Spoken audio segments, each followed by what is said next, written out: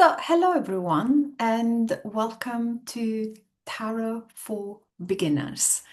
If you'd never seen a tarot deck before, if you have one that you purchased on a whim and has been gathering dust somewhere in your home, if perhaps you tried a couple of times to get to grips with the structure of tarot and you got completely overwhelmed, if you've been relying on ChatGPT, Google apps to do your readings, to try and figure out some guidance, you are in the right place. This evening is for anyone that has curiosity. It has been perhaps a little bit charmed by tarot, but doesn't know much or feels a little bit confused. So if that's you, you're in the right place.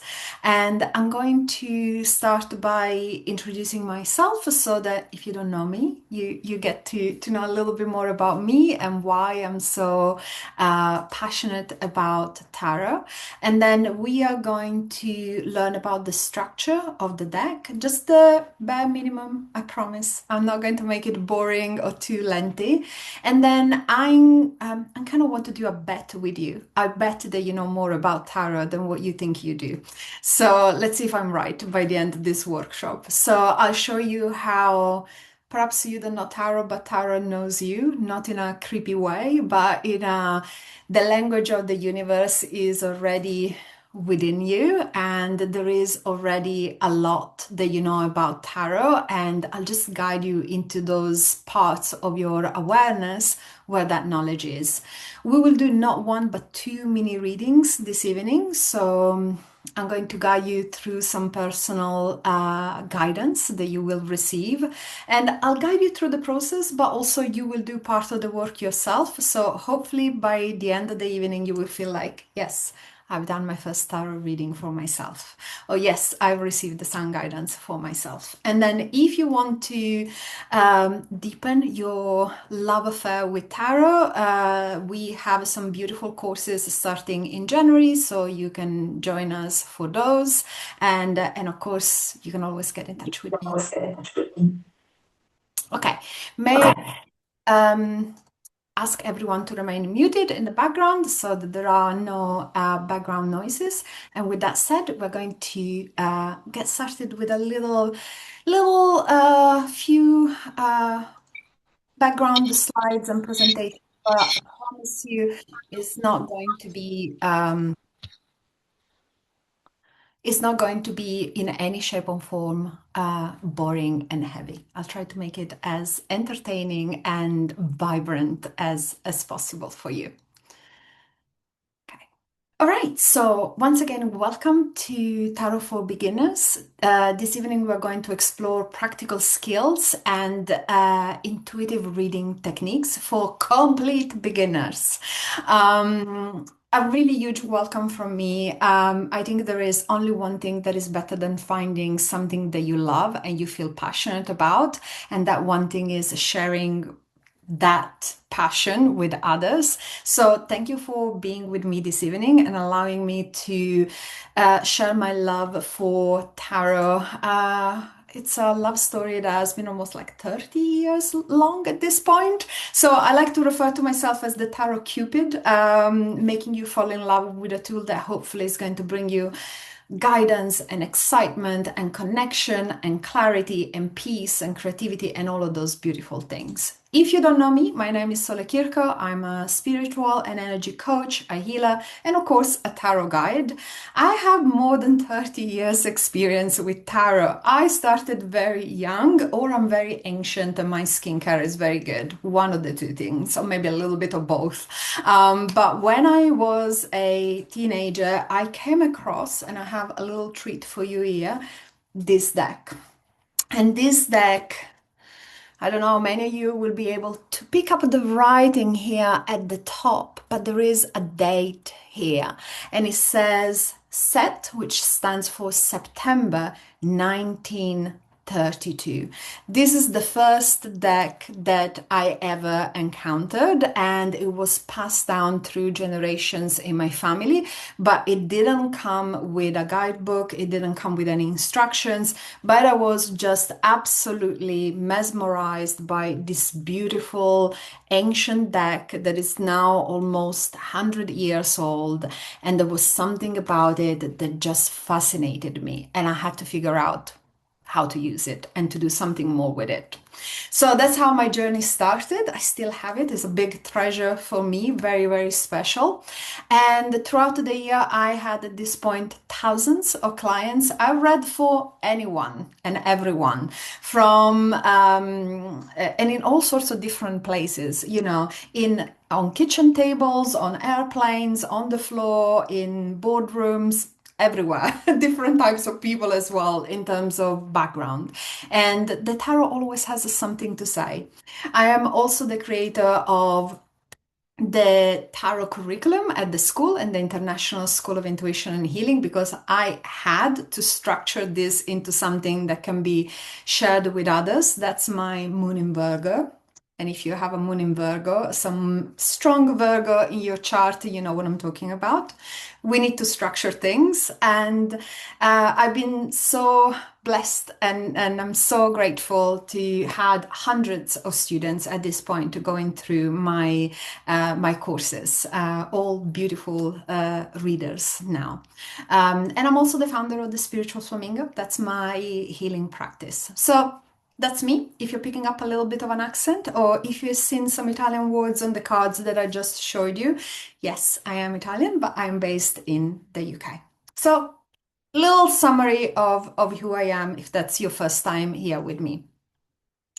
Now, things you will learn this evening, and please hold me accountable to this. Structure of the tarot. Now, the biggest difference with tarot when compared perhaps to intuitive or psychic readings is that there is a structure. And very much like a language or a musical instrument, we need to learn the basics. We need to learn notes and musical notations to play an instrument. We need to learn the basics of grammar to speak a language. Can we then go and freestyle and become poets? Absolutely. Can we then go and do some cool jamming sessions? Yes, we can.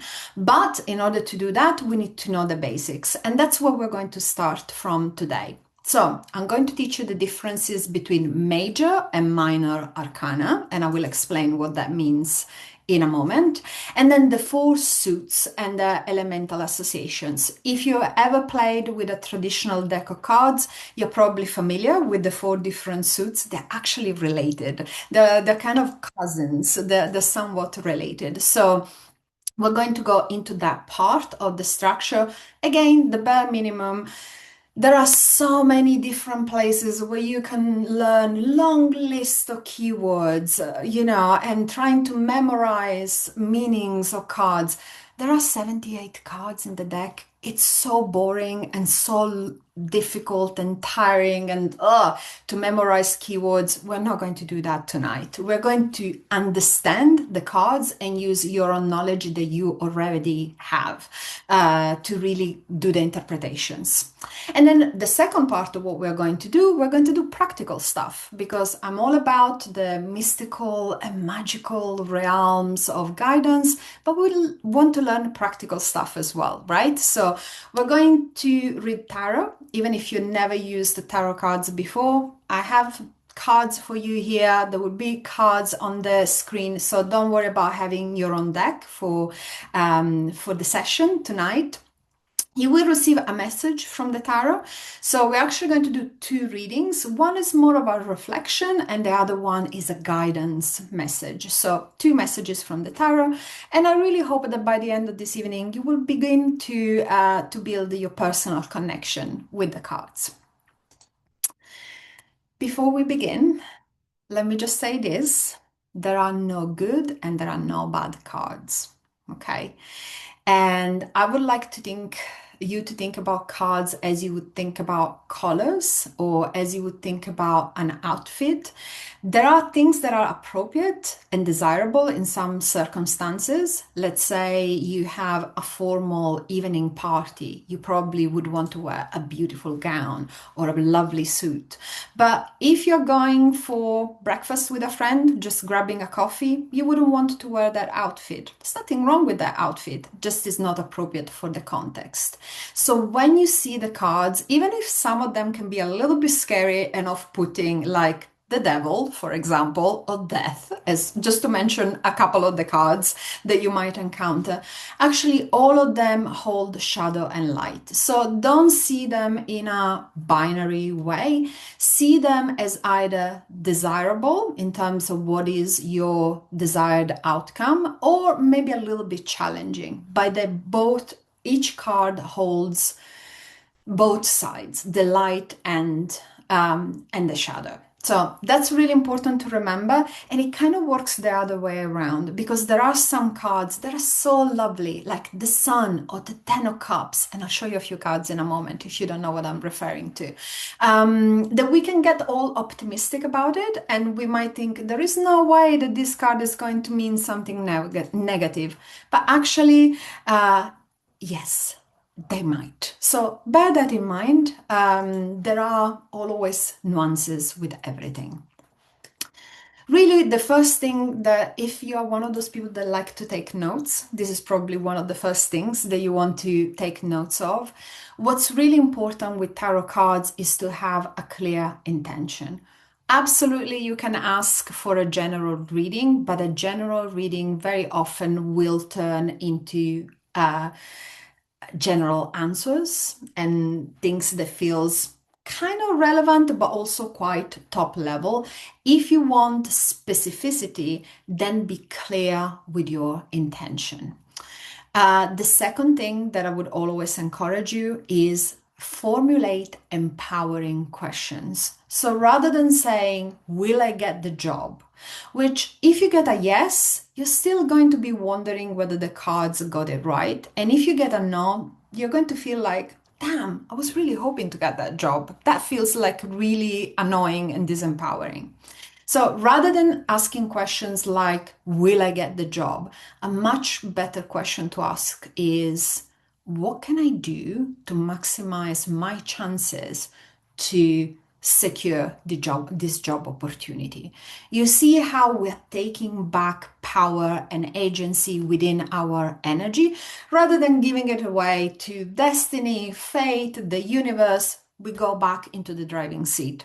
And of course, one of the questions that very often I get asked as a tarot reader is, will he, she, they come back to me? And again, this is another topic where rather than saying yes, no to that type of question, it's really lovely to drop into something that is more nuanced, such as, what can I do to shift my energy so that I can welcome loving, supportive, and intimate relationships in my life? That sounds a lot better, doesn't it? And it sounds like you can actually do something to shift whatever, your circumstances are.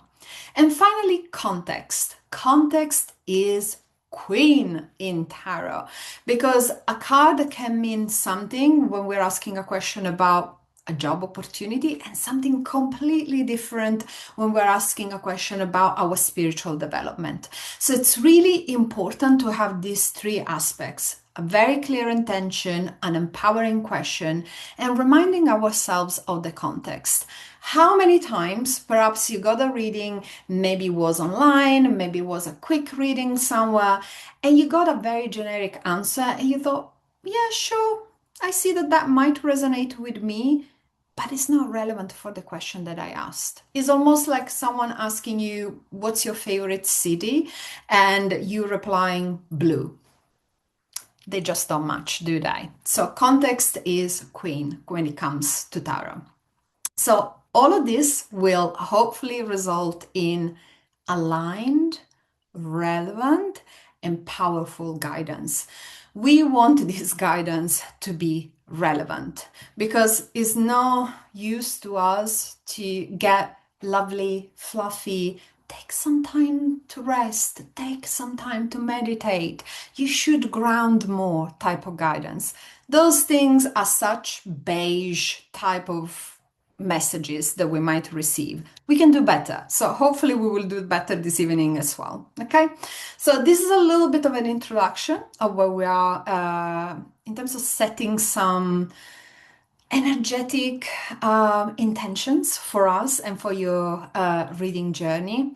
But before we do anything else, energy is everything. Now, for me, it was so empowering to find this deck of cards because it was a way for me to learn how to open and close my energy. And I know that a lot of you are probably empaths or natural intuitives, perhaps you're natural healers. And how many times in your journey you felt that maybe energy was sticking to you? You were taking on energy from other people. You couldn't quite shake off somebody else's worries or fears or anger, etc. So, especially if at any point in your future you're thinking of reading for others, it's so important to make sure that your energy management is 10 out of 10. Super important. Um, by the way, I should have said this at the beginning.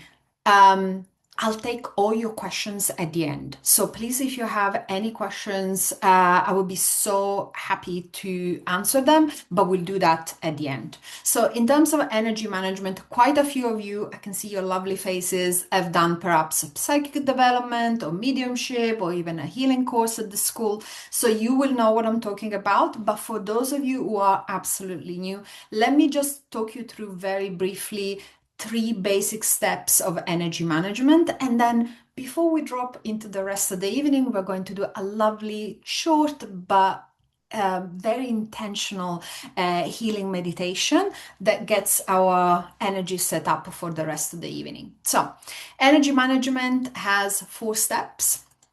The first one is grounding. So, grounding is the practice of connecting with earth energy and very much feeling safe and present in the body. Step number 2 is attuning. We want to attune to the highest vibration that is available to us at this time. And our intention is to bring this attunement to the highest vibration that is available to us into our heart space, so that we give messages and we hold space from a place of kindness and empathy and compassion, not from our solar plexus, where maybe sometimes our ego might, come out to play and want to impress the client or impress the friend that you're reading for or impress yourself, rather than actually being heart-centered and giving that beautiful, nurturing, loving guidance. Step number 3, permission. Consent is everything, not because you can, you should. So it's really important to ask your higher self, as well as the higher self of your client if you're reading for somebody else. And by the way, side note, some of you might be like, I don't even know what a tarot deck is. Why are you talking about me reading for clients? I promise you, the moment one of these comes into your life, your friends, your partners, your siblings, your mothers and fathers, and will want readings. So whether it's going to be a situation where you charge for your readings or whether it's just the curious neighbor that will want a little cheeky reading, it will happen. So it's important to know that consent and permission is key. So we ask for consent and permission on 2 levels: for ourselves, for our highest good and the highest good of all involved, connecting with our higher self. We want that nod at a higher level of our consciousness. And then we also ask for permission from the higher self for the person that we're reading for, if we're reading for somebody else. So basically what we're asking is, aside from this layer of us being human right here and right now, what I want to know, is it for the highest good of all involved for us to do a reading right now? Okay, so permission is number 3. And finally, protection. We want to place ourselves in a lovely, safe bubble of protection. This is not to say that we want to contract our energy and go into fear. No, the opposite. We want to feel comfortable and safe into our strong energy and create healthy boundaries with others. In the same way as probably you wouldn't use the same fork or spoon as a complete stranger. Want to keep your energy to yourself. And so whatever is within your vibration stays there, and whatever is in their vibration also stays in their own. Okay? So with that said, let's take a moment to actually feel this shift in energy before we drop into maybe the more brainy side of the presentation. So I invite you all to find a nice, comfortable spot on your chair, on your sofa, on your floor, and uncross your legs and uncross your arms if you can. And if you feel comfortable doing so, close your eyes. And I invite you all to just arrive for one moment. Just allow yourself to arrive in this space. Allow yourself to feel the end of the day settling into your energy. Let go of anything that perhaps you've been worried about, you've been thinking about, and just allow yourself the calm and patience to connect with your own vibration. And now bring your attention into your base chakra, which is placed at the base of your spine. And visualize this energy and get a sense for it. And you might get a sense for a color or a shape or a sense of speed. Just see how you connect with this part of your energy. And from your base, visualize strong roots growing downwards towards the earth, reaching downwards as deep as it feels safe and appropriate for you at this time.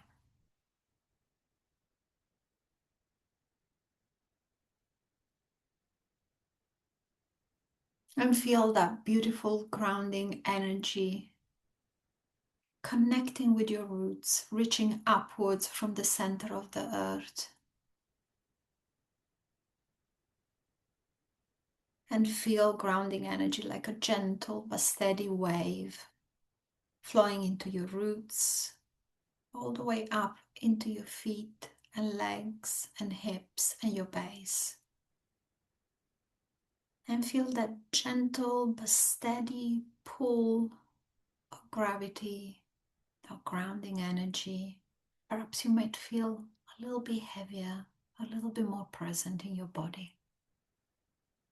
And allow grounding energy to flow upwards with ease. Allow it to flow into your sacral, into your solar plexus, into your heart center, into your throat,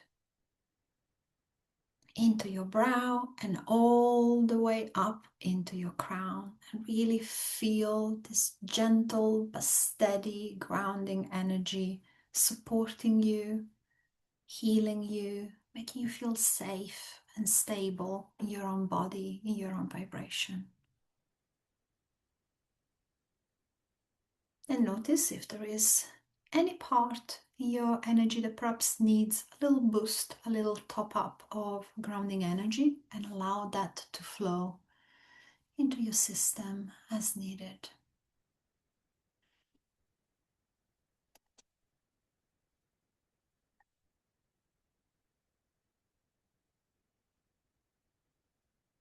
And feel this steadiness rising all the way to your crown at the very top of your head. And from there, visualize your crown chakra opening up and expanding. And from this point, again, with a gentle and steady intention, reach upwards to the highest source of light that is available to you at this time. The highest vibration, the highest consciousness that is available to you at this time. And we set the intention here that we tap into a gentle, clear, nurturing guidance that is for your highest good and for the highest good of all involved. And feel this sense of attunement and alignment pouring into your crown, into your brow, into your throat, and into your heart center. And feel the beautiful expansion in your heart space.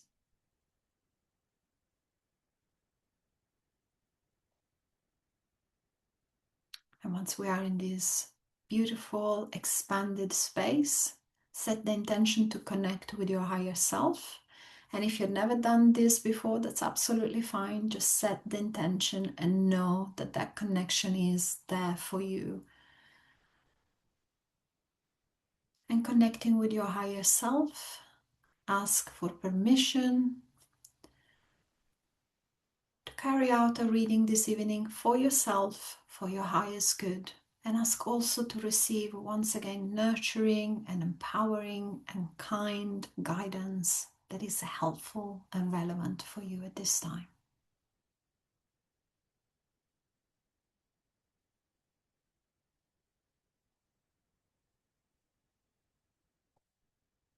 And finally, now that you can really feel your energy beautifully expanded, nicely grounded, attuned, you feel your heart center. Set the intention to protect the entirety of your energy above and below you, at the front and at the back, right and left side, in a loving, steady bubble of protection. And feel this bubble with whichever color comes to you intuitively.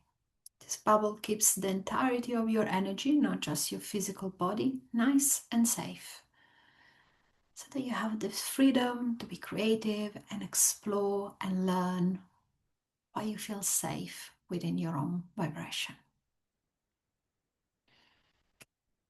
And at the end, I always like to center myself in my heart. You might want to place a hand on your heart center and quietly affirm, I'm grounded, I'm clear, I'm protected. Okay. So allow your energy and your body to guide you back into the space surrounding you and this Zoom call and this group energy. And now notice how your energy feels. We want to be in that state. And sometimes we're grumpy, sometimes we're in pain, sometimes we're busy, we're human. But having an opportunity to just take one moment to get our energy into the right place really makes a difference. All right, ready again with those notebooks and pen and paper.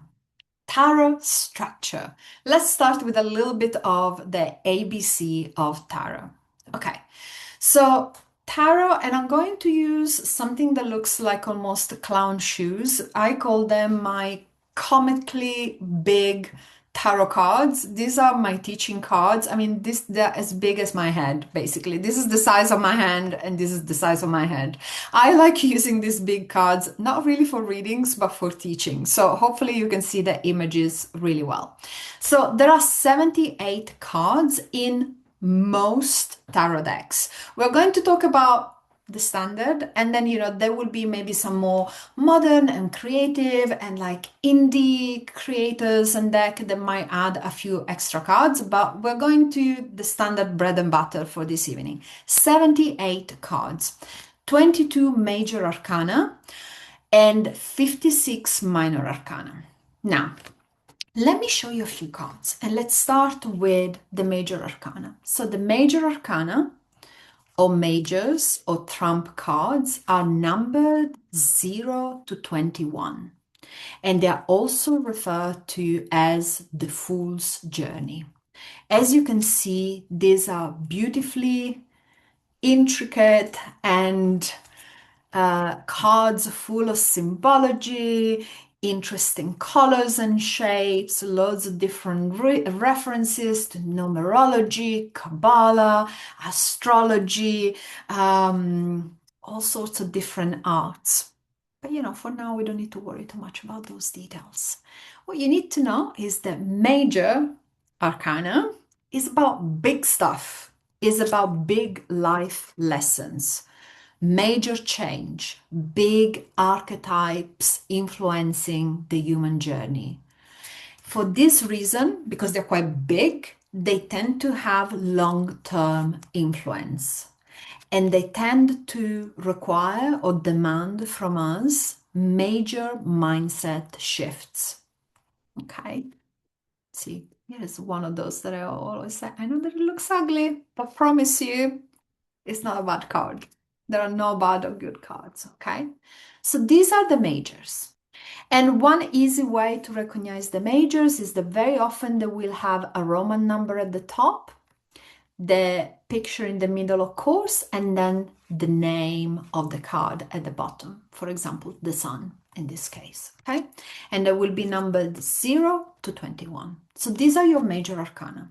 So if a major arcana comes up in a reading for you, is big energy, big shifts, big reflections, big archetype, something major, okay?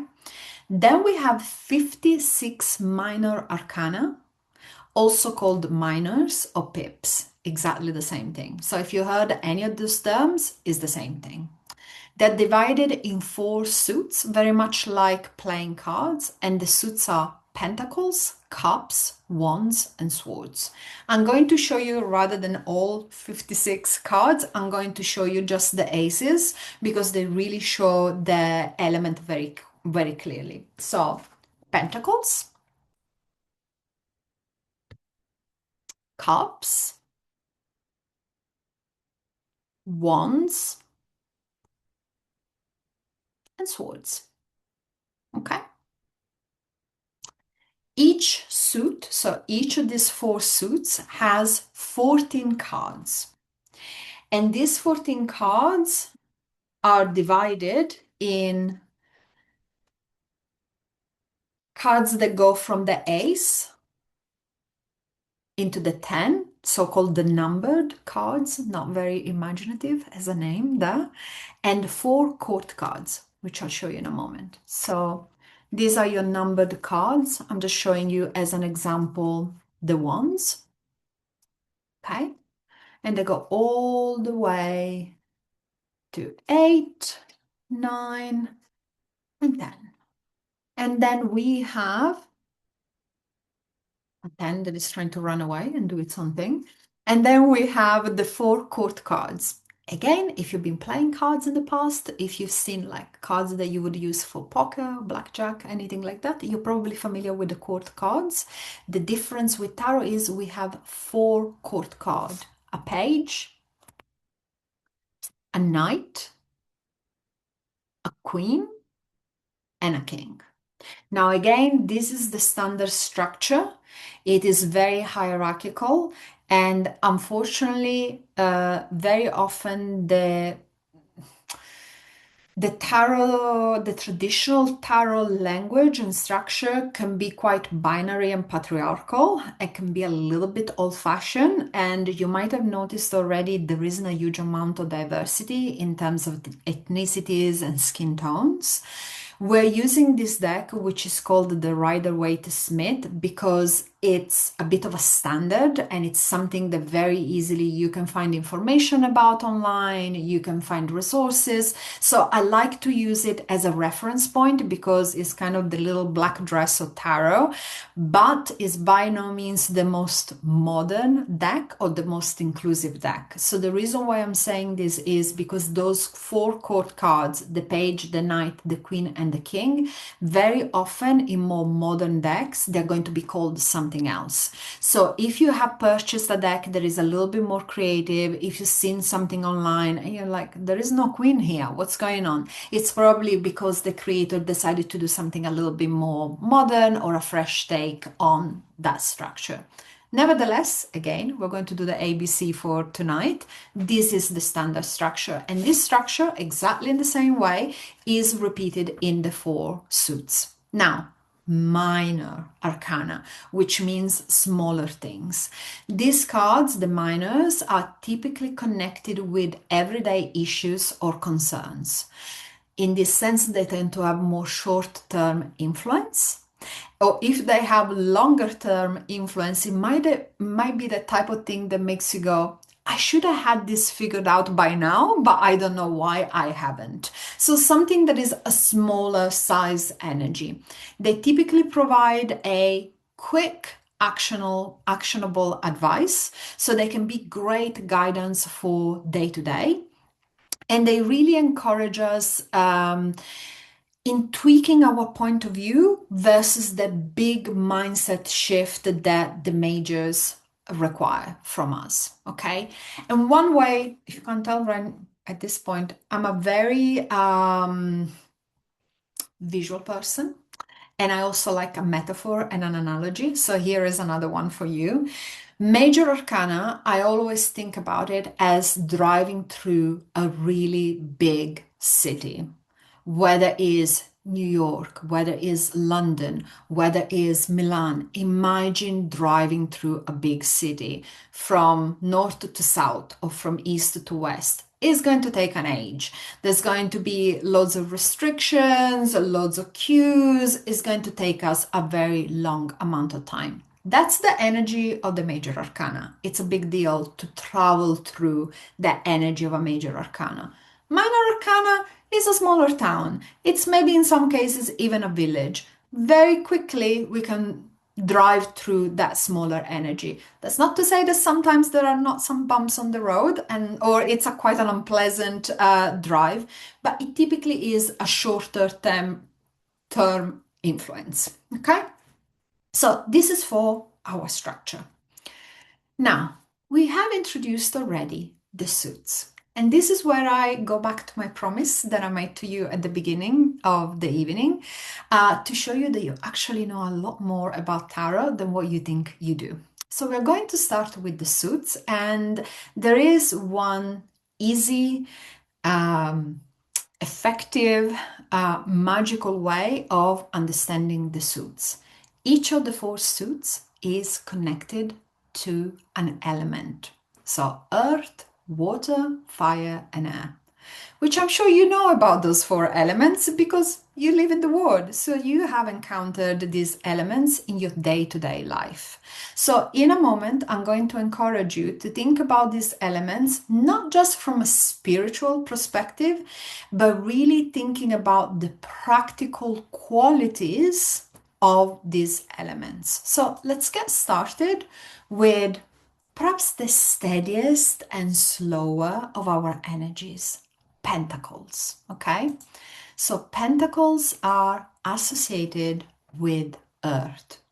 And I would like you to think and reflect, and perhaps you can even put it in the chat. When you think about earth, what qualities, what feelings, what experiences, what maybe limitations come to mind? Think about this element, and just as a reminder, in tarot terms, that's what a pentacle looks like. Pentacles or coins, they're called sometimes. Basically little golden coins. So think about your life. So we have rooted, slow and heavy, patience, stability, grounding, considered, soiled, rocky, practical and rational, absolutely. Can they be known as discs? Yes, absolutely. They can be known as discs as well. It's the same. Consistent? Yes. Brilliant. Brilliant. Slow changing? Absolutely. So the energy of earth is grounding, is steady, is solid. And is it masculine or feminine? Is it a masculine or feminine energy? What do we think? The energy of earth, masculine or feminine? Feminine. Yes. Yes, the energy of earth is feminine. So, see, you know already quite a few things about the pentacles as a suit. So, pentacles are connected with earth, which is a female or feminine energy. They're all about stability, security, sustenance, abundance, practicalities, traditions, family, roots, responsibilities, and they're really a slow energy. Visualize planting a acorn and planting it deep into the soil. It would take several years, if not decades, for the acorn to become a big oak tree. This is the energy of the pentacles. Very often with pentacles, we are in the presence of something that might be slow, but it tends to be steady. That it might not be very exciting, but is reliable. And this is something, remember what I said at the beginning, there are no good or bad cards. This could be, let's say you're doing a relationship reading. If you have loads of pentacles, you might think, wow, there is no romance here. There is no sexual chemistry. There are all pentacles. Well, but if you want a steady, reliable partner, someone that you can grow old with, someone that you know will always be on your side, then definitely the energy of pentacles is something that would be quite welcome in that reading, right? In the same way, if it's maybe a work-related reading, let's say that you're really exciting to start a brand new career, something that is exciting, that has loads of movement, that maybe is a little bit risky, and you get a lot of pentacles, you might feel a little bit bored by the energy of pentacles. So context is everything. Okay, is clear how pentacles and the energy of earth are connected together? Yeah. Okay. So let's move to cups. Cups are connected with water. So we're still in the realm of feminine energy, but we're adding a little bit of movement and flow. We're not quite as grounded and steady as earth. We're adding a little bit of movement. So tell me with cups, what comes to mind? What do you know about water? And you can go all woo-woo and spiritual, or you can go very, very practical. Flowing, I will take this opportunity to drink some water. Fluidity, creativity, emotions, fluid. Yes. Filling up. Yeah, absolutely. I love that. Love, relationship, fast and short fast and shallow, or still and deep. Yes. Definitely, all the hormonal side of things for women, maternal, children, yeah, cleansing, nurturing, yes, lovely. Ebb and flow. Yes, water is an element that can take so many different shapes, from liquid to solid to gas, can be related to emotions, it's necessary for life, absolutely. So, another feminine energy, emotions, creativity when we feel in flow, but creation also in terms of giving birth to something, whether we're thinking about a physical birth or bringing something into the world. Intuition, subconscious, reflections. The water is the element of the artist, of the deep thinkers, of the people, the deep feelers. It can also be quite variable, right? It can go from one state to another quite quickly. It can give life and it can take life, right? So see how already you get a sense for another one of the elements. And just for comparison, these were our pentacles or discs or coins, and these are our cups in the Rider Waite. So you can see this is quite steady. We have a little bit of flow here in the cup. Okay. Let's switch gears, shall we? Wands. So wands is the energy of fire. Fire, what do we think? Is it masculine or is it feminine? And when we think, little hint, is it masculine or is it feminine? Here is a little hint for you, visual hint. Absolutely. Definitely is masculine. And when you think about fire, again, you can think about it from a very practical perspective. You can think about it from an emotional perspective, but also from a more spiritual perspective. What comes to mind? What is it that you know already about fire that can translate into your knowledge of tarot? Power, movement, yes. Creativity, power, drive, the sun, action, fierce, transformation, yes. Destructive, absolutely. Passion, yes. So, strength, desires, lovely, yes. Clearing, magical, yes. There is a certain alchemy to fire, right? Beautiful, perfect. Perfect. Okay. So you can see how we're kind of speeding up in the energy of the suits. We went from the calm, grounded, steady pace of the pentacles. We then moved into more movement and nuances with the cups. And we're now in a very masculine realm of the wands. So the ones with the association with fire absolutely is about action, will, self-expression, growth, personal power, sexuality, entrepreneurship, but also they can be associated to destruction, as one of you said. So they can be associated with something that can be quite volatile, something that blows hot and cold, something that is unpredictable. Okay.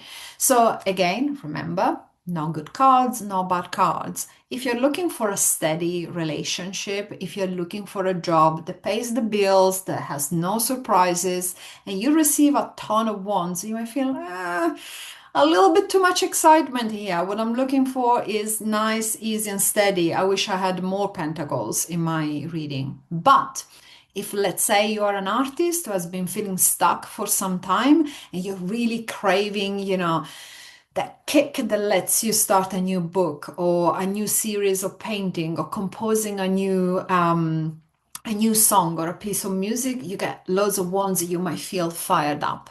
They're also quite magical. So especially if you work in the realm of, fire ceremony and rituals of clearing and transition, beautiful cards to receive. But careful, they might burn you. Okay. And finally, the one that get, the worst possible PR in the entire world, swords. Like every single time that I'm teaching swords, like my students are like covering their eyes, their ears. They're like, can we just skip the swords altogether? And I'll show you why, and probably you understand why they don't get the best. And think, okay, mace is okay, two is okay, the three. Okay, a little bit less comforting as a card. And then it kind of goes on into conflict, scenes, into sadness, into deceit, into entrapment, anxiety, and lovely Ten of Swords, quite a graphic card. So you understand why very often my students are not looking forward to learn about the swords, but a few notes here. We're all old enough here to know that life is bittersweet and there are good things and bad things and everything in between. So for the tarot to give us an accurate depiction of your life, it needs to be able to touch all the notes from the happy, expansive, joyful ones to the ones that maybe are a little bit more deep and reflective. Remember, not all, there isn't such a thing as a bad or a good card. So even the ones that look very scary and not particularly empowering always have a light aspect. And also the swords carry the element of air. So, as we think about air, what I would suggest that you do in connecting with what you know about this element is think about swords as the suit that is connecting to everything that is from the neck and above. So, for my energy healers and lovers of chakras on tonight on the workshop, throat, brow, crown. So, anything that is in this realm is the realm of the swords. So, tell me. What do we think about the suit of the swords? What do we know? Language, words, communication, spaciousness and openness, intellect, mind, ego, intellect, and conflict sometimes. Thought, yes, absolutely. Absolutely. Yes. Focus, yes. Wonderful. Analytical, yes, they can be cold and analytical at times. Intention, they can be quite protecting. Yes, absolutely. Spirituality, lovely. So see how you know something about all the suits, even the ones that are a little bit more challenging. And I have to confess, swords are my element. I am an Aquarius. I love air as an element. I am a communicator at heart. I like a bit of structure. So I always love this part of the deck, but I can understand it's not for everyone. So thoughts, communication, truth, right? Speaking our truth, clarity, rationality. It can tip into communication that becomes manipulation. It can tip into conflict. It can go into logic that becomes obsession or stress or anxiety. But certainly the swords have a ton of great aspects to them. Okay.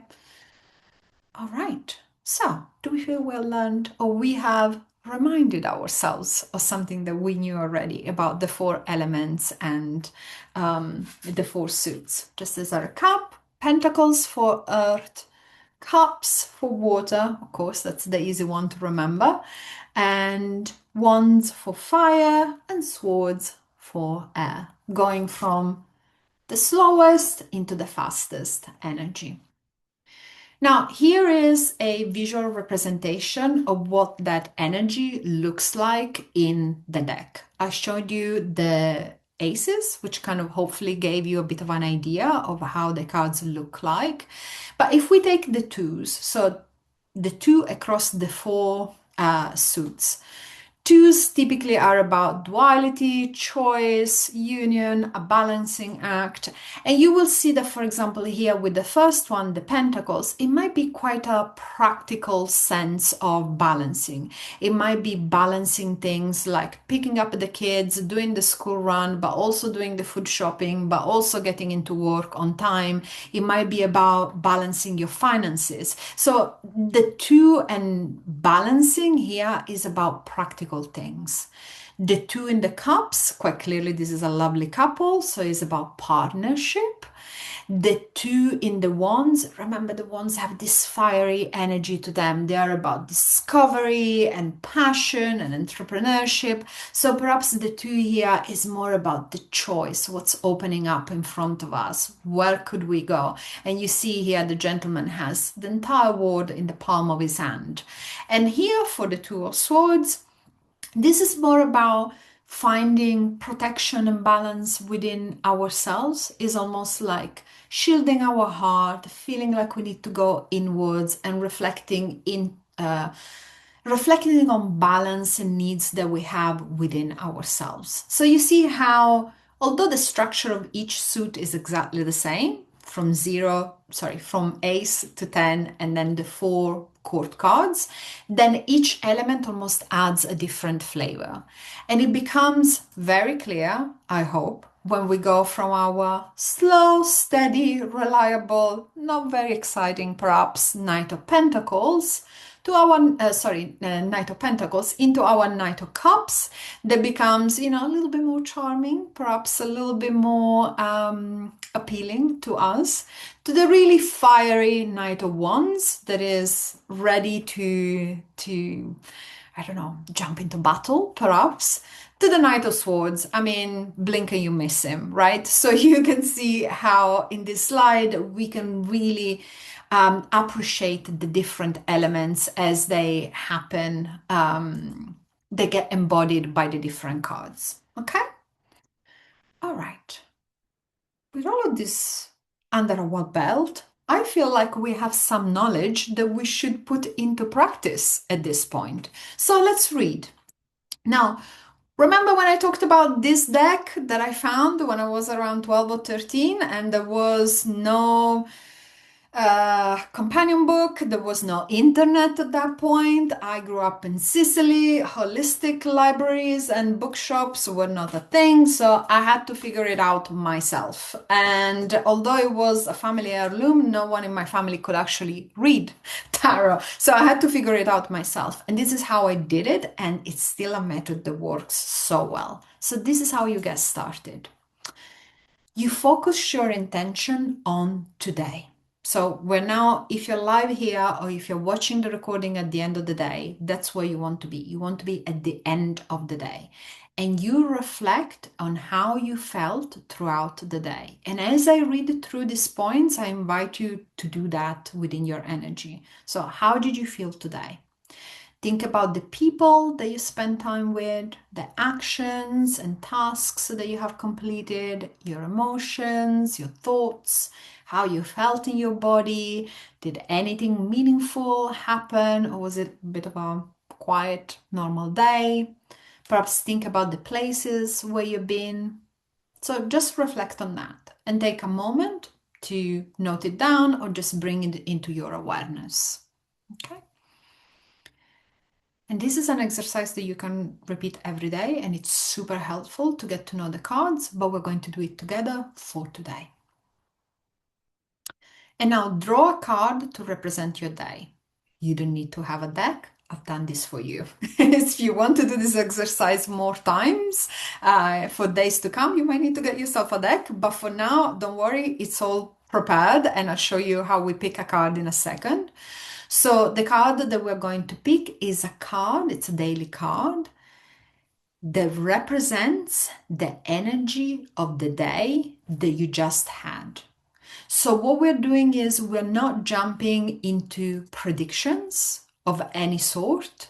We're actually going into a summary of the day so that we know already what has happened and we can connect with the card and see how the card is mirroring the day back to us.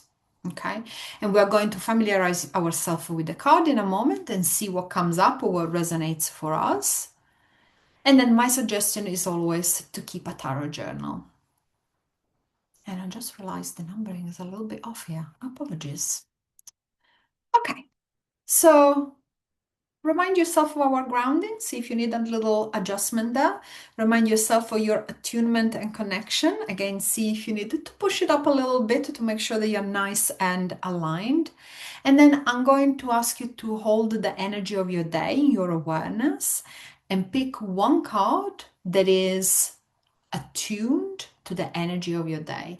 And I did this today. I set the intention that there would be a card for each and every one of you that resonates with the energy of your day, and I work obviously with global collective group energy for this rather than every single one of you that is here tonight. But I set the intention that each and every one of you, whether you're live or watching the recording, there will be something here that resonates with you. Behind this layer of this brownish color, I've actually put the image of the card. So it's almost like the energy of the card is kind of materializing behind that beigey caramel color. So really take a moment and sense 1, 2, 3, or 4 and just go with what your intention is pulling you towards. Okay? And let me know in the chat which card is calling to you. This is the card that refers to your day. We have 2s, we have 3s, we have 4s. Anyone drawn to card number 1? Just go for whatever. Please don't pick one because I'm mentioning it. Just whatever you feel drawn towards. All right, perfect. Okay, lovely. Great. So here is for the big reveal. And we're going to briefly go through all the cards together. If you chose card number 1, is a 6 of Wands. If you chose card number 2, is a 2 of Pentacles. If you chose card number 3, is an Ace of Swords. And if you chose card number 4, is a King of Cups. Now, I would like you to take a moment and remind yourself of what we discussed just now about the elements. So, Pentacles is earth, Cups is water, Wands is fire, and Swords is earth. Swords is air. And remind yourself of what we have just discussed and the things that you know already about these elements. And first of all, connect with the element, okay? And see what comes up for you. How was this element connected and present in your day? So let's say, for example, that I picked card number 1 for myself to be a mirror on my day. In which ways fire, creativity, masculine energy, entrepreneurship, maybe a little bit of volatility was present in my day, okay? So I'll give you a moment to reflect on that. And then I would just really like you not to get into your head, not to get into Google, not to try and figure out some keyword, but look at the cards. Is there a color, a shape, a feeling that comes through to you that makes you go, yes, absolutely, I recognize this, I know what this is about. Okay? So take a moment and let me know in the chat if it resonates or not, and if there is one aspect that perhaps is standing out for you.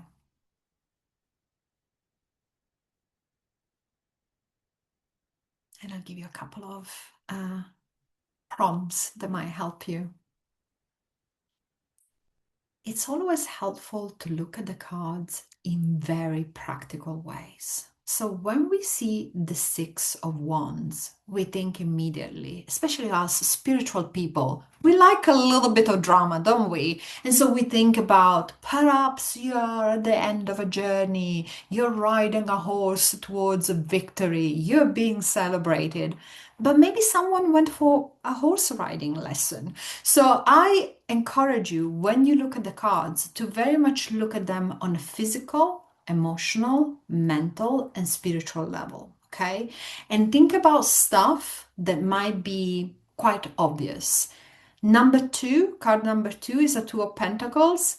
Did you go to the bank because you had a lot of coins that needed to be cashed in? Ace of Swords, card number 3. Did you have to sharpen the knives in your kitchen today? Or did you have to maybe prep some skewers for a barbecue? King of Cups, number 3. Sure, it can be a beautiful, deep energy or guide that comes up, but maybe you just seen your father-in-law who is like an adorable, gentle, kind man, and you gave him a call or even just a little WhatsApp message.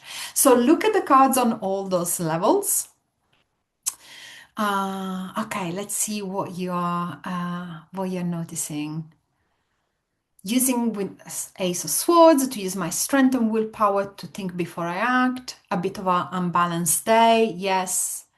4, nurturing and reflection. Card 2 was balance. Stability after riding the waves with card number 2. Yes, in card number 2, there are boats on the sea in the background. Yes, the sea is a little bit choppy in the background in card number 2. It's not very quiet. Yeah, more clarity today. Yeah, 3 could be a winning of a personal battle. Sometimes with the Ace of Swords, I sometimes think about the fairy tale of the sword in the rock and kind of being the only one that can pull it out.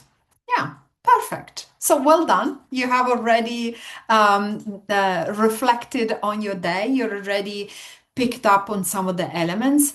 This is what I said at the beginning. You might not know tarot, but tarot knows you. So there is quite a lot there that the tarot is reflecting back to you. And I set the intention for us and I made sure that all the magical bits were in place. But the tarot knows your energy for sure. Okay, this is a great exercise to do on a daily basis to get to know the energy of the cards. But we know what happened today already, right? And we're not in the business of just reflecting on what happened. How about we take a little look into the future and what the future holds for us? Now, a little disclaimer here. Please place a hand on your heart and figure out what is your belief system here. I don't believe that our destiny is pre-written. I believe that we have agency, and I like to believe that there are things that we can do to shift and change what's going to come our way, and that we can always learn from what we experience in our lives. So when we do readings that have a predictive element, I always like to think about, let's say that someone is giving me kind of a blurry picture of what the future is going to look like, how, what detail I want to add into that blurry picture. And if I don't like it, now that I know that it's coming, can I perhaps steer myself in another direction? It's a beautiful time of the year to do a little bit of releasing. So this is something that would be great to do. This question that I'm going to share with you, it's on the screen, but I'm going to read it out in a moment. It's a beautiful question for the end of the month, end of the year, end of the season. Perhaps if you're coming to the end of your birthday, so birthday year, that makes sense. So if you're about to get older, to see what's there to release. If you work with the seasons, if you work with the solstice and the equinox and other astrological portal, is a beautiful question to ask. Again, quite empowering, okay? What is ready to be released from my energy in the next month, okay? And how can I best support the process? So I invite you once again to ground yourself, check your grounding, check your attunement, check that you're still nicely heart center, and really open up to receive a guidance that is helpful and relevant and supportive and nurturing for you. And ask yourself, what is ready to be released from my energy in the next month? And how can I best support the process? Okay, just hold that question in your heart. And I prepared these cards for you all, whether you're here live or you're watching the recording, with your highest good in mind, in my heart and in my intention in selecting these cards. So here are the 4 cards. And once again, behind this beigey caramelly color, they are the actual cards. So feel into the energy, remind yourself of the question, of the context, and then choose 1, 2, 3, or 4. And let me know in the chat which card you feel drawn to. Oh, 1, 3, 3, 3, 1, 3, 3, 2, 2, some 4s, 1, 2. Lovely. Great. Okay. Just go with whatever comes to you, right? Lovely. Okay.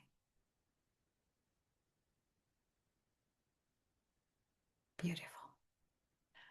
Okay. So 3, 2, 1. Here is for the big reveal.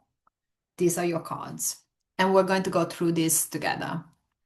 Card number 1, 6 of Swords. Card number 2, the 9 of Pentacles. Card number 3 is the Knight of Cups. And card number 4 is the Tower. So the first thing that you're going to ask yourself, is my card a major or a minor? If you picked card 1, 2, or 3, those are minors. If you picked card 4, the Tower, that's a major. Remember what we said at the beginning of today's workshop. Minors tend to be smaller issues, smaller shifts, things that perhaps we can go through with a little bit more ease, where majors tend to be maybe bigger life lessons, things that you've been working on for some time, bigger shifts, things that might have a little bit of a bigger energy. So that's the first thing that we know about the card. So think about, is it a major or is it a minor? And make a little note of what that means. Then if you picked card 1, 2, or 3, let's go into the suits. So let's remind ourselves, what do we know about swords? What do we know about pentacles? And what do we know about cups? Depending on the card that you picked, just write down some of the associations with the elements that come to mind for you.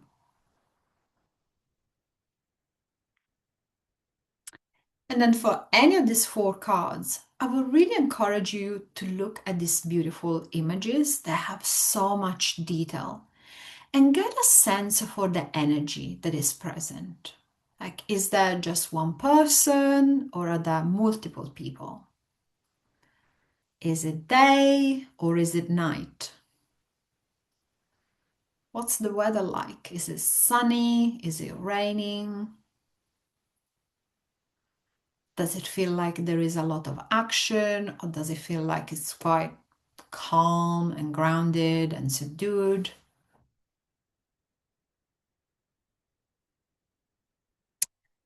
Aside from the energy of the suit, does it feel like there is a lot of masculine energy or feminine energy?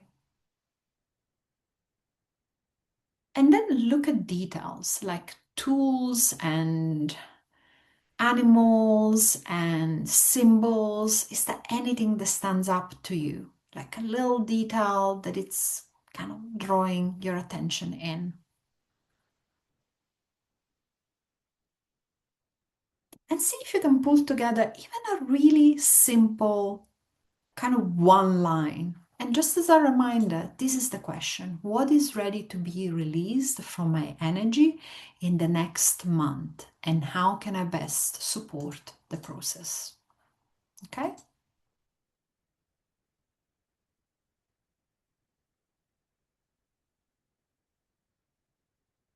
Okay. I'm going to give you a few pointers here just to help you a little bit along the way. If you picked the Six of Swords, Six of Swords is, and remember, context. I could read this card and tell you loads of things about travel over water, about all sorts of different things. But Six of Swords is a card of bringing into your mental awareness that it's time to move on. It's a card of transition. It's a card of selecting what's important to you and treasure what's important to you and gather that into your energy, into your physical possession. And as you are selective and clear in gathering what's important to you, you're also releasing anything that feels like it's redundant or dead weight. It is also a card, if you look at the actual picture, I would really like to imagine you being on this tiny little wooden boat with this presumably woman and a child and a third person steering the boat, and then there are six heavy metallic swords loaded on the boat, even possibly piercing the boat. So this is a reminder to leave behind anything that is a burden that you just accepted that you needed to carry. And before moving on and moving forward, doing almost that mental hygiene and mental cleansing and clearing around the thoughts, the routines, the mindsets, the responsibilities that you're carrying into the future. Okay? So let me know if you chose card number one, if that's something that resonates for you. Card number two is a Nine of Pentacles. Nine of Pentacles here is releasing something. Like, she looks beautiful. She looks very wealthy and abundant. So do we want to release abundance? No, we want to keep the abundance, but maybe what we want to release is an idea or a sense of safety that it's built only around practical and material things. So we might be ready to be a little bit more in control of our destiny and taking control of our journey for 2026 by leaving behind practical and especially financial comfort.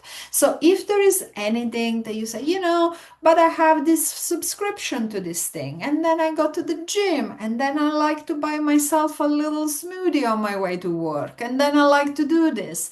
This card can be a reflection of the things that you're ready to release from a practical perspective, extra expenses, extra things that are burdening you. It's also a card that reminds you that you don't have to do everything by yourself. Yes, you're capable. Yes, you're strong. Yes, you have the coins and the little bird on your hand, but you don't have to do everything by yourself. It's an invitation to ask for help and receive help and support from others. So if, like me, you're a little bit of an A-type of personality that does everything by herself and never asks for help, maybe this is a card for us to reflect on how we can welcome help and support in our energy in 2026. Yes, beautiful reflections there. Lovely. Knight of Cups, if you chose the Knight of Cups. Now, with the court cards, there are very controversial topic in the tarot community, how to read the court cards. For the purposes of this evening, we're just going to read them as either people or aspects of your personality. So Knight of Cups, if you picked card number 3, I would be very inclined to say that there is probably an actual person, possibly someone who carries a masculine energy, someone that perhaps is a love interest or a young gentleman, someone that is in your life that might be drawing a little bit too much energy from you, and it's time to release that energy. Sometimes this is the card that comes up for my clients where they have a specific idea of what a relationship looks like, and it's almost the Knight of Cups is the Prince Charming, and for as long as they have that picture in their mind of Prince Charming, actual empowering, loving, and nurturing relationships don't come into their energy. So if there is anything there around you, maybe being attached to someone or a certain energy or a certain idea, and you've been wanting to shift things, especially in the realms of your romantic connections or core friendships, core connection in your family, just important relationships in your family, there might be someone that you need to take a step away from. And this might be as simple as maybe a brother that you help and support all the time, but they need to find their own way in the world. So we're not like releasing us, throwing them out there completely, but maybe taking a step away from it. Okay, good. Spot on. Great. Excellent. Oops, sorry. Okay, final card, the Tower. Big introduction to majors for us this evening with the Tower. It is a little bit scary. It is a little bit grumpy as a card, but the Tower really is, I just love it for this time of the year, is about the deep scrub, the bleaching out the old, the out with the old, in with the new. So if you've been thinking about radical changes, if you've been thinking about jumping off the proverbial plane with parachute, please, this is really what the Tower is pulling you towards. Big changes, bold decisions, leave behind the sense of caution. Do this with maturity, please, and remain grounded. But leave behind, throw caution to the wind, and really make bold moves as you step into 26. Because the Tower is a card that is quite shaky, there is a bolt that strikes the tower. It feels like flames, people falling off the tower. It feels a little bit scary, and certainly is about big, dramatic, fast change that cannot be avoided. You might feel that now is the time for you to get on with the program. And this is sometimes the card when people realize, you know what, this job is not right for me anymore. I've been trying to hold my marriage together, but it's time to move on. So for as much as it might come with destruction, it also comes with a lot of clarity and truth. So it is time to release maybe the white lies that we've been telling ourselves, the things that we said and done to keep ourselves a little bit more comfortable, or for the comfort of others. If there are people-pleasing elements in your energy, if you're trying to maintaining the peace, it's time to actually rocking the boat a little bit and releasing that sense of of avoidance, perhaps, of some bigger changes. Okay, so it's a perfect time of the year to do that. Do it wisely, rock the boat wisely, but it's a nice like zap of energy that freshen up and creates a beautiful new page for 2026.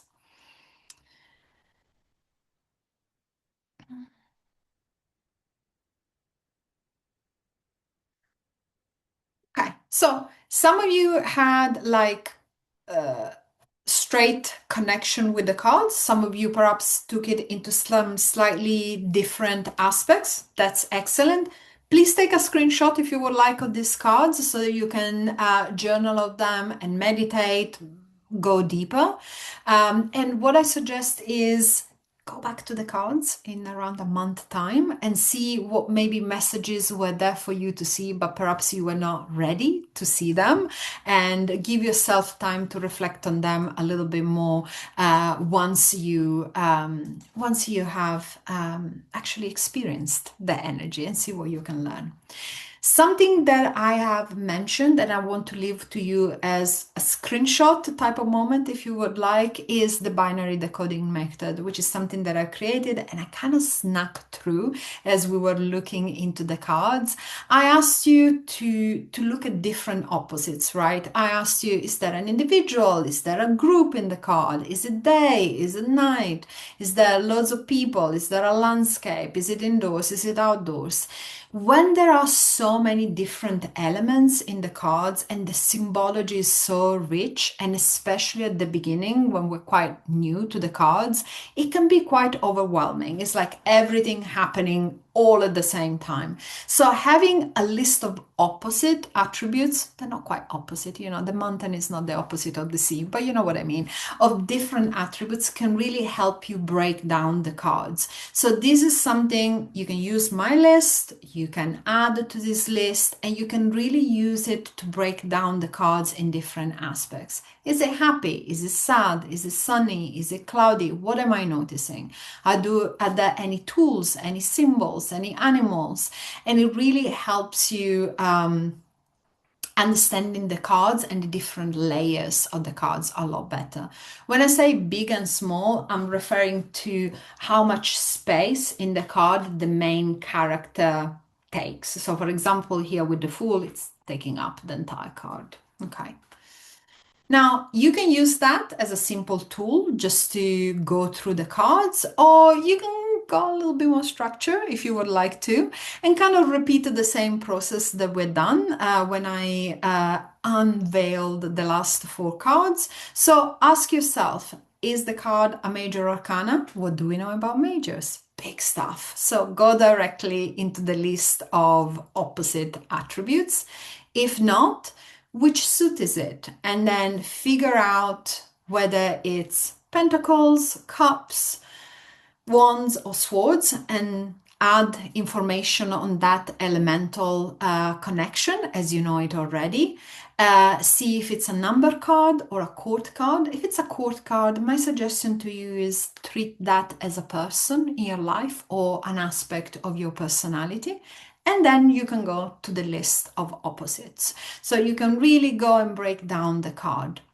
Doing the daily exercise paired with this binary decoding method will give you so much insights into the cards, will allow you to use a little bit of your intuition, but because it's grounded in the cards and the structure of the deck, you're not going completely freestyle, you're still anchoring yourself into the tool. Okay, I'm going to go into questions in a second, but what's next? We've done this almost 90 minutes deep dive into the tarot, and I hope you have enjoyed it. And I'll take your questions in a moment. But in terms of what's next, we have a Foundations in Tarot course starting in January. Now, it's starting on the 27th of January. it's already kind of half, it's not almost full. So please, if you want to join me, I would love, love, love, love, love to have you there. But join us soon because we always sell out. People love learning about tarot, and it's such an amazing tool. I don't blame you. If you would like to book a reading with me, you can do that here. I'm going to put a link in the chat as well. But before you go, the school is doing something that I've never seen them doing before. They have a very special festive offer, which I've never seen them doing before, and I don't know if they will do in the future. And we are here the first to know because it hasn't officially launched. They have a 25% off the full course fees until the 20th of December. Again, I would suggest booking sooner rather than later, especially because you're the first ones learning about this. This is not going to be launched until I think the beginning of December as a bit of a festive, Christmassy campaign. So if you would like to join us, or maybe buy the course for a friend, or come with a sister or a friend or a partner or a mom, a bit of a group activity, please do so. And here is the information. I'm going to also pop here my contact details if you want to connect with me on Instagram, send me a WhatsApp message, email, etc. Always happy to chat. I'm going to stop the presentation and put the various link in the chat. And at the same time, please, if you have any questions or any feedback or anything that you would like to share, please let me know. And as promised, I will answer all your questions now. Okay, here are the various link with the coupon. It's been 90 minutes already. I know. I could talk about this forever. So there were a couple of questions earlier. Thank you so much for being with me. Please, if there was a question earlier that I missed, I know that there was at least one that I missed. Let me know. I think there was a question that was about, would you get different insights from tarot than in psychic readings? I think someone asked that question, right? So yes and no. Psychic readings, so pure psychic intuitive readings, can paint very beautiful, colorful, in-depth pictures and messages, and they can feel quite free flow. And depending on the practitioner that does the reading for you, they can feel a little bit more like almost like a stream of consciousness. I'm not saying that there is no practical advice when it comes to psychic and intuitive readings. Of course there is, but it feels more like a bit of a journey that the person takes you on. With tarot, I think tarot tends to be, one, a little bit more practical, and two, a little bit more sassy. There are certain things, be prepared to be slapped on the face by tarot, because there are certain things, and if you have a deck and you picked a card and you didn't like the card and you shuffled again, you probably got the same card. The tarot does that all the time. So it is a little bit more sassy. It's a little bit more direct, but I think it's often the medicine and the clarity that we need. So, and because also is grounded in the elements, in numerology, in Kabbalah, in astrology, you can then translate that into maybe other parts of your practice. So let's say if you are a shamanic practitioner, then you can take some of that elemental magic into your practice. If you are someone who works with astrology, you can take that into maybe your work that you do with your astrological chart, etc. How do you decide whether a reading is supposed to be positive or negative given the duality? Really good question. So the context and the question would be the king or the queen. So you would read the cards based on what is desirable for your client or for yourself. So let me take it to the most obvious and boring example. If you're looking for a relationship, for all of us, a romantic relationship has different qualities, right? If you're looking for a relationship that is long term, you want pentacles. If you're looking for a relationship that is about reading the same books and voting for the same political party, you want swords. If you want a relationship that is about Valentine's Day and cozy meals in and romance, you want cups. If you want a relationship that is all about the vibes and the sexiness, then you want wands. Depending on what you want versus what you receive, that's what's going to tell you whether it's good news or bad news. Yeah, hopefully that makes sense. Uh, yes, there will be a recorded session. All of you that have signed up will get an email with the recording. Do you read a lot for yourself? Yes, I do, because I think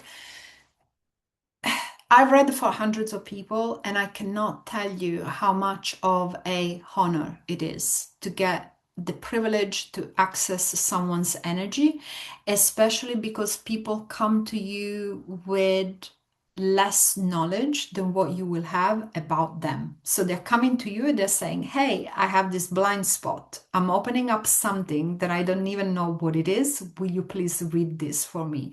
Which I think is such a massive amount of trust that the client puts into my hands and our hands as readers. And I am so grateful for it. That yes, I read for myself because I wouldn't dare reading for others and not being in the same vulnerable space for myself. But I also like receiving readings for others. Okay, recorded version. Have I missed any questions or have I done all of this? Can we see the screenshot with the payment details, please? The links are here. Links are here with it's called the Gift of Learning 25. And you will get the course is recorded. So the course, all sessions of the course are recorded. I strongly advise you to come live because it's very, we work together as a group and friendships. So many people have found friends and great community and, they met each other and connected. So I always encourage you to come in person and get the full, Italian experience and community experience, but absolutely, if you can't make it every now and again, absolutely, there will be recordings. And you can also, and there is also a WhatsApp group. If you want to ping me a WhatsApp message, I will also share my number here. Thank you. Can we be professional readers with foundation courses? So there are two other courses after foundations. We go into intermediate and advanced.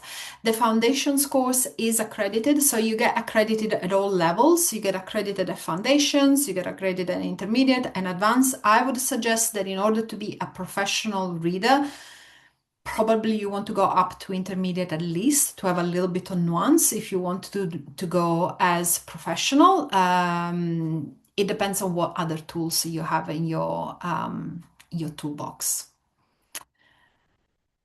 Lovely. You're going to start drawing cards daily. Fantastic. Can you start with intermediate? Yes, intermediate intake will be later in the year. All right. I feel like probably I have covered most of the question. Where is the best place to get a deck? I am very magical and mystical, but then I either go on Etsy or Amazon.